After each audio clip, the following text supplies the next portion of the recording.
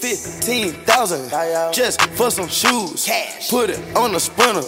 Put it on the little boat. This is not a rental. No. I own this hoe. That way. Yeah. Look at these prices. Look at the ice and the way I rock these jewels. Me nice. Talk to me nice. I pull up and I come through. Talk to me nice. Talk to me nice. I pull up and I come through. Talk to me nice. Talk to me nice. I pull up and I come through. Niggas get shot. Shoot at the Alpha Cloud. Pull up to the. Everybody, welcome back to my channel again. If you do not know, my name is Carshana Jones, and I have something to tell y'all really quickly. So, how about I had pre-recorded everything, edited and everything. Basically, to just cut the story short, I ended up deleting it. I just wasn't thinking. I'm not even going to go into details, but just know that I just wasn't thinking. So right now I'm re-recording it. So I really wanted to just me to upload it Tuesday, but I wasn't able to because of that reason. As soon as I was about to upload it, I just couldn't. So yeah, today we are doing part 2 of the freshman college advice series. And this time we're just gonna do the 10 tips for incoming freshmen coming into college.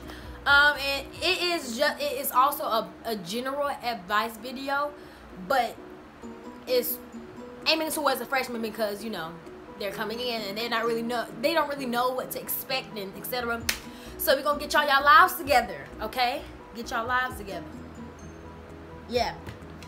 Alright, so to start off, the first tip, well actually I'm going to tie the first tip and the second tip in together because they correlate so much. So to put a quick disclaimer out, you know, my goal is to help you guys, right? So that may come along with being just transparent and just blunt in general. And I like to be detailed anyway. So just putting it out there just to let y'all know. And that's in all of my videos. Alrighty, am I here?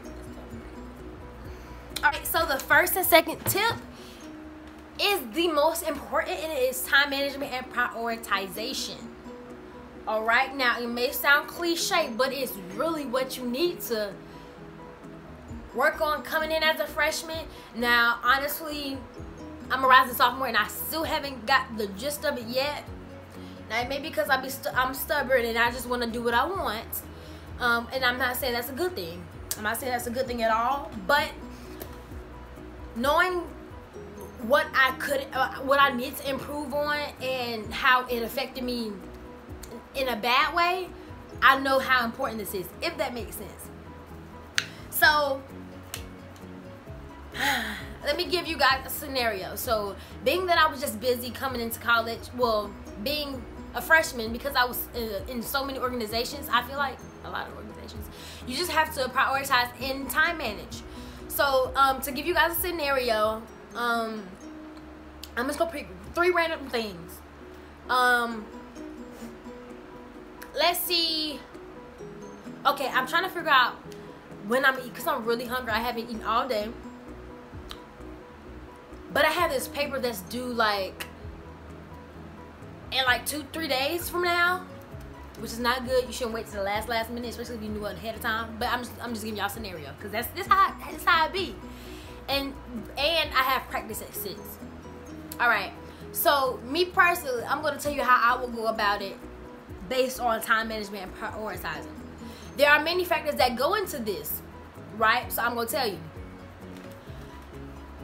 I have dance practice at 6, but I have a paper. And I'm hungry, but I need to eat. I need to put something on my stomach before I go to practice, because if not, you know, that's just not good in general for not eating it, and you're going to be working out basically. So I hope everybody know that. So I have a 2 o'clock class and it ends at 2:50. So what I'm going to do, since I live in the suites, it's kind of that walk. So when I get to my room at 3 o'clock, I'm going to go ahead and start on my paper, right? The cafe is open from 4 to 6, so I have time. So I'm going to make sure that I go ahead and try to brainstorm my paper at least for like a good hour or 2. So since the cafe opens from 4 to 6, I'm going to go ahead, go to the cafe at 5, sit and eat, try to relax my mind for this practice, or, you know, see anybody in the cab, talk to them, da da da. You got time, and you always. And another thing, you always want to give yourself extra time in case there's any mistakes, in case there's traffic, in case there's anything. You always want to make room for mistakes, make time for mistakes as well. So that's why I do stuff like in time, like I like to time it out. Just left the house 10 minutes a little later than what I did, I would have been late. You know what I'm saying? So that I'll have time to do my work at 6. I mean, go to dance practice at 6. Now, that may have been like a minor type of scenario, but I hope y'all get the gist of it. You just want to be able to plan everything out. So if you need a Sunday, every Sunday you want to have a planner, I suggest everyone invest in a planner, because someone told me to invest in a planner, and it really kind of like made my life a lot easier, because I eventually wrote out everything of what I needed to do.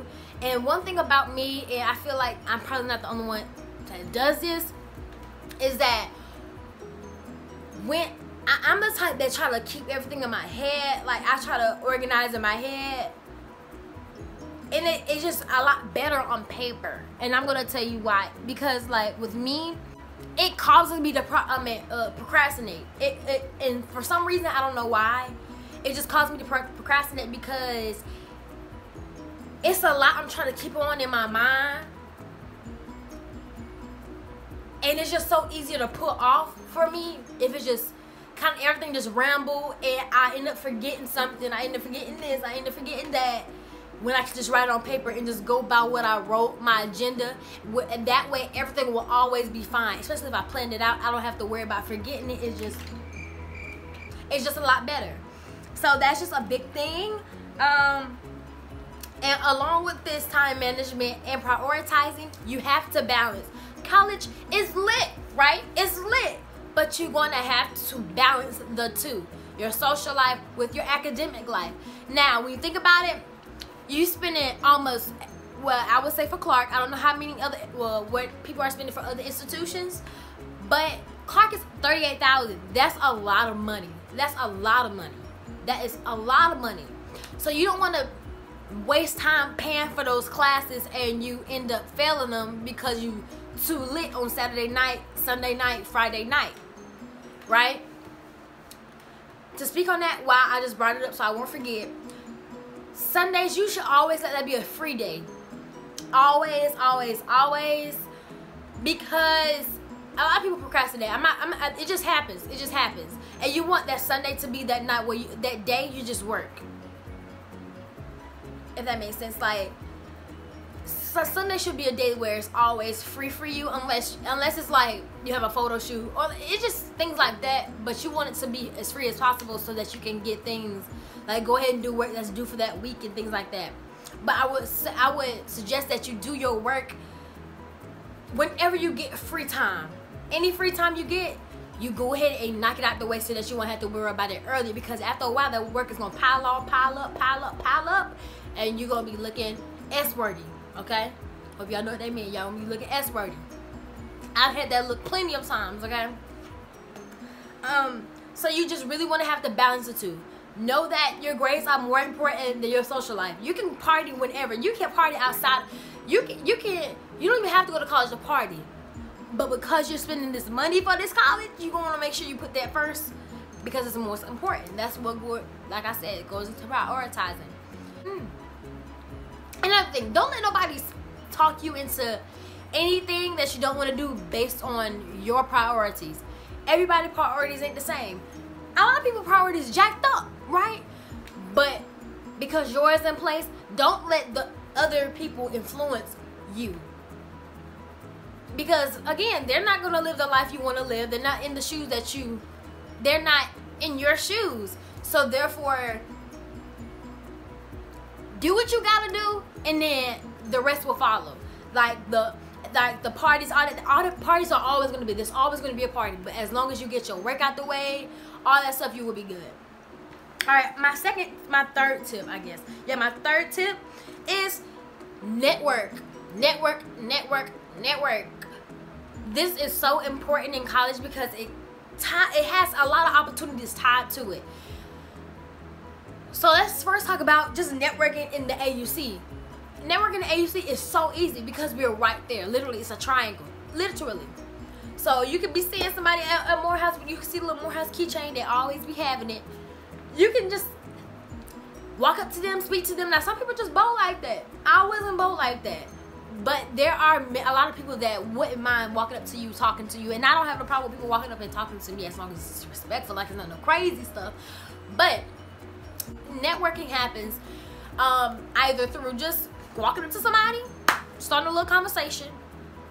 Another one can be in class. Rebecca, do you have the notes what we took yesterday? I wasn't here, and I just want to just make sure I'm just caught up on it. Girl, here you go. Right? Next thing you know, you pass that quiz just because of the note she gave you. This what you gonna do.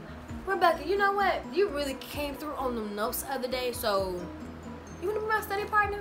Because midterms is coming in like a couple weeks and you don't need it. Yeah, girl. And listen, by just that basic conversation, that can become a lifelong friendship, right? And I can attest to it because by the smallest things, it could be a laugh. And what you laughing at, girl? Girl, I'm laughing at this video. It just can start the littlest thing can start a friendship. So even the kindest words, and that's why it's always good to be kind. I'm just gonna put that in there. That you just never know who you're talking to. You never know who you're talking to in general. So, and you never know who's around. So just always be aware of that. Like one time, I'm gonna tell you one time, because I'm an OG, I was doing a tour and these girls was cussing. And it was a daughter and a mother type tour. And we were in her mind, she wanted to go to Spelman because she went to Spellbound or something. And she just wanted to come to Clark, just get a tour, just get a random tour. And we ended up literally switching her decision from Spelman to Clark. That is crazy, right? But thankfully, these people that was over here cussing, it didn't like make a difference. But anyway, you just never know who you're around, right? So you just want to be cautious and just make sure that everything you do say is just positive in general, so you won't have to worry about nothing, right? Another way to network can simply be the organizations you are in. I'm not even gonna talk about it now. I don't want to talk about it now. Actually, I'm gonna talk about it now. So I was a dancer for After Dark 2018, AAD 18. You already know. And that is basically a show where there's all the arts performed, poetry, dance, singing, all that stuff.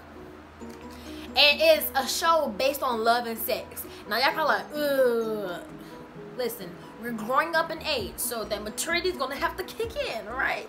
But I'm not gonna say everyone do it, but most people do it. So it's not that big of a deal, because a lot of people are icked out about it, especially doing it in front of people. Like being in that show just really it caused me to humble myself, because you're really not that good until you get around some technical dancers. Like I don't know technique and stuff like that. I need to get to know it. But anyway, I'm not gonna get off topic.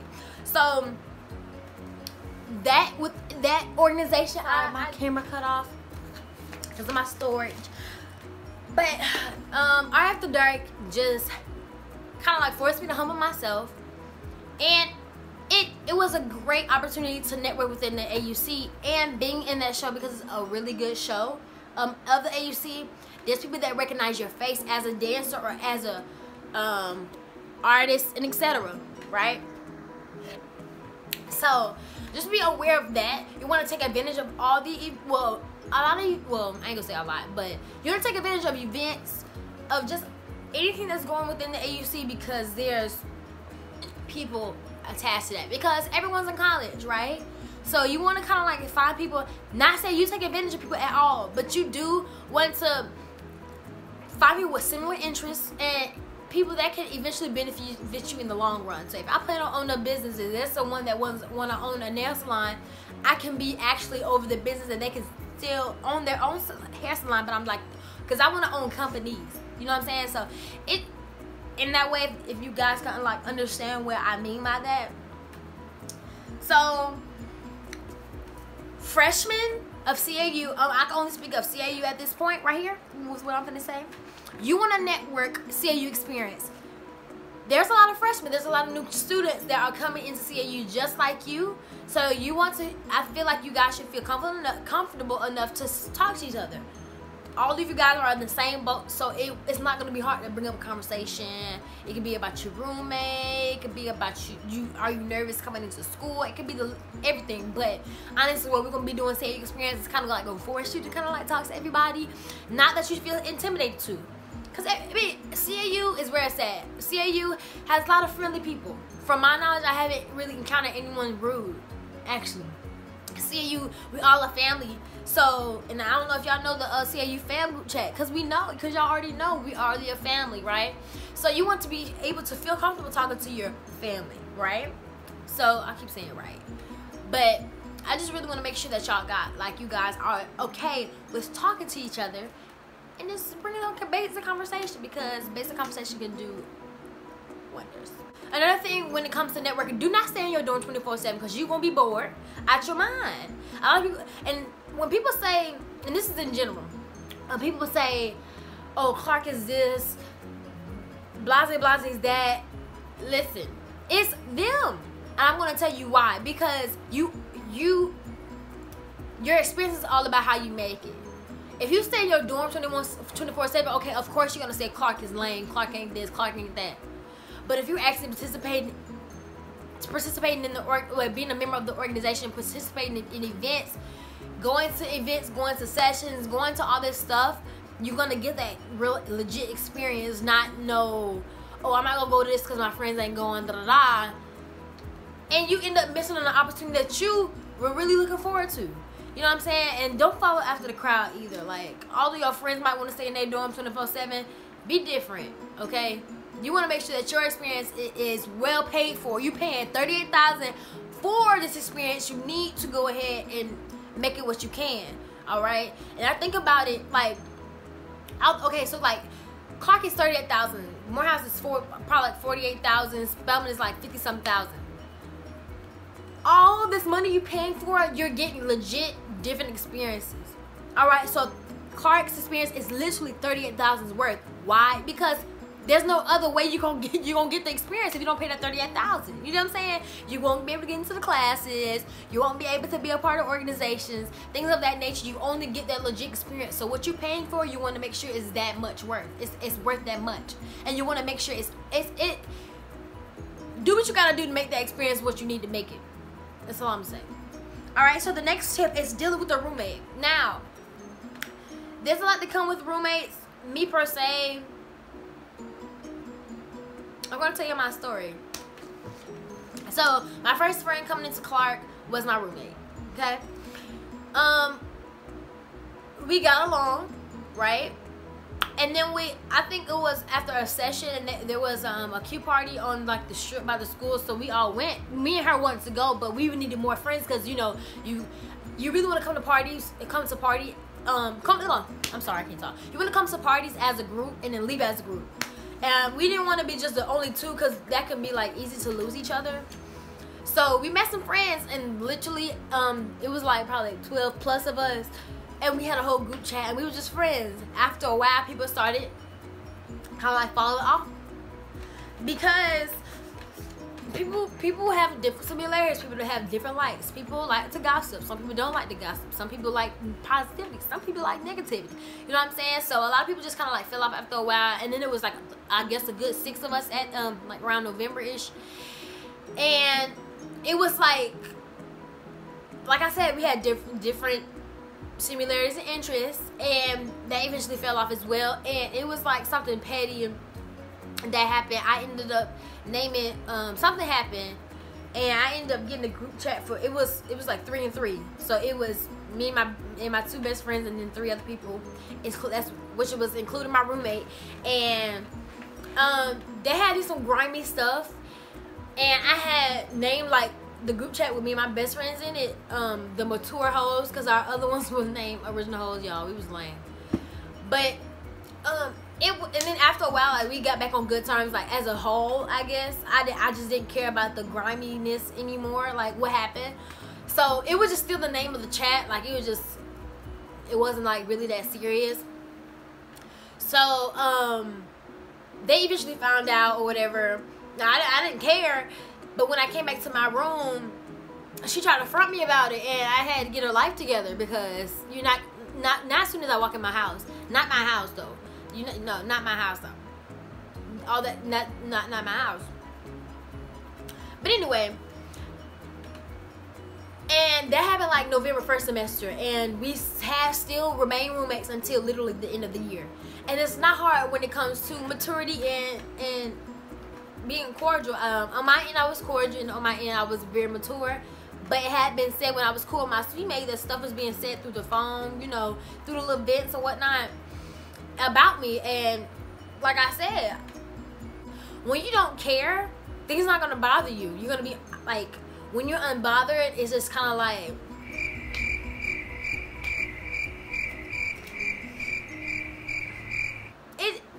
it is what it is, because at the end of the day, I don't feel no type of way towards you, but you feel the type of ways towards me. But it is what it is. I just don't care. Like, as long as you're not interfering with my personal belongings or my space, you're absolutely fine, you know. So that's what happened with me and my roommate. But thankfully, she wasn't like a dirty type of clean. I mean, I can't talk. A dirty type of roommate. She wasn't like dirty with nothing, and I wasn't as well. So we were good when it came to cleanliness. But mind you, a lot of people don't get those type of roommates. You may have a nasty roommate, right? But it's all about communication. So you want to make sure you communicate effectively. When I say effectively, you can't be walking up to anybody in general. Why is this? Why is this over here? Why are your drawers over there? Why are you? That's just not, and then that's gonna come into a big altercation. If something happens, somebody might get expelled, somebody might get in trouble, somebody get moved. You don't have to cut all that extra. You want to be able to effectively communicate from the get-go. Let them know what you expect, kind of like what your standards are. Not saying that you are the boss of the area, whether you're in the traditional or whether you're in the suites. You want to be able to let them know that I really do want to live in a clean environment, or you want to be honest and say, I'm not really that clean. I'm not this type of clean individual, but I will try my best to make sure that I stay as tight as possible.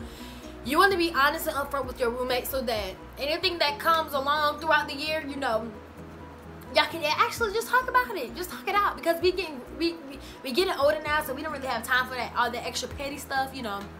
So all the other petty stuff is really unnecessary, okay? I mean, especially dealing with girls, it's hard to keep the pettiness out, but you want to make sure that you try your best with that. And that's not even just with girls, and guys too. I just don't think guys have that much issues. No, I can talk. That much issues when it comes to roommates. Because guys are just guys, I guess. But with females, you just want to, like I said, effectively communicate. Another tip: everyone is not raised like you. Actually, this goes under roommate. Everyone is not raised like you at all, so don't expect people to do certain things that you would. Don't expect people to be as clean as you. Don't expect people to say certain things like you. Don't expect people to be all nice if you are all nice and kind, because, you know, like I said, everyone coming from different backgrounds, everyone just raised differently. People have different morals, people have different values, things of that nature. So you just want to ensure, make sure that you just know that people aren't going to be like you. That's self-explanatory. All right, so my next tip number 5, numero 5, is you may not leave with the friends that you came here with. Just like my story earlier, we started off with a group of 12 plus, and now I ended with only myself and my 2 best friends. You know, so like I said, everyone is raised like you, so things are like different. And and eventually, like, I need you guys to be able to let go. A lot of people aren't able to let certain people go, but that's just kind of like what's going to happen. Especially getting older, as you're getting to know who you are. In college, you're going to find, like, you're going to be forced to find yourself. You're going to be forced to know who you are as a person. So, of course, people are going to fall by the wayside, because you're trying to get to know who you are, what you want, what you like, what kind of people you want to be around. Do I still want to be this major? Like, it's just a lot of stuff that comes into par with just finding yourself. And people, it's a factor in that. People gonna fall off, some people gonna stay. You know, you may have conflict with your best friend, but y'all still gonna be hanging on. Like you don't wanna be petty with it, though. You don't wanna let people go because they ate your cereal, or they dropped your phone. Like, you just and cracked it, like, and they said they ain't gonna pay for it. Ooh, actually, I might be over Easter because you gotta pay for my life.